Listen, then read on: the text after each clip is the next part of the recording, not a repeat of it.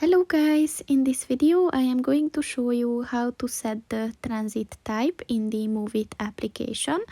But first I just want to mention, don't forget to subscribe to my channel, because at 10,000 subscribers I am going to show you my whole YouTube revenue statistics and growth strategy, as well as how to make money online.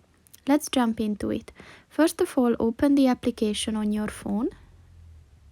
Then click on the three lines on the top of the page on the right, and then click on the settings button, and then click on the trip plan button. And if you scroll down a bit, you will see the transit type preferences, and you can select the transit types that will be in your suggested routes after. So just click on like train, bike and bus, but you can choose whichever you prefer, and that's it. So that's pretty much it for this video, guys. See you in the next one. Goodbye.